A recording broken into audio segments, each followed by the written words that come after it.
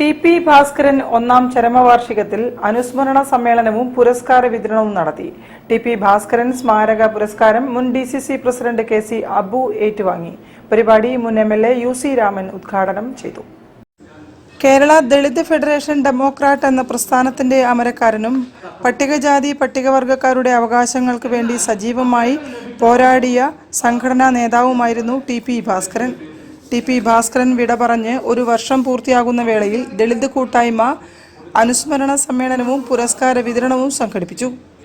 കാലിക്കറ്റ് സർവകലാശാല വിദ്യാഭ്യാസ വിഭാഗം മുൻ dean professor doctor K. Sivarajan മുൻ DCC പ്രസിഡന്റ് KC അബുവിന് പുരസ്കാരം സമർപ്പിച്ചു.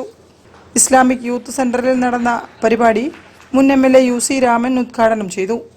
ടി.പിയുടെ ഭാഗത്തോളം ഞാൻ കണ്ടൊരു പ്രത്യേകത, പറയാനുള്ള കാര്യം ആരെ മുഖത്ത് നോക്കി വെട്ടി തുറന്ന് പറയുന്ന ഒരു പ്രകൃതക്കാരനായിരുന്നു ടി.പി.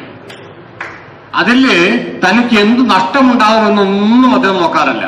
അദ്ദേഹത്തിന്റെ ഭാഗത്തോളം അദ്ദേഹത്തിന് പറയാനുള്ളത് ആരെ മുഖത്ത് നോക്കിയും അദ്ദേഹം പറഞ്ഞിരിക്കും. അതാണ് അദ്ദേഹത്തിന്റെ. അത് പറയുന്ന വാക്ക് ഒന്ന് മയപ്പെടുത്തി ഒന്ന് ഡയലൂട്ട് ചെയ്തിങ്ങാട്ടൊന്നും പുള്ളി പറയില്ല. പറയുന്നത് നല്ല സ്ട്രോങ്ങിലാ പറയാ.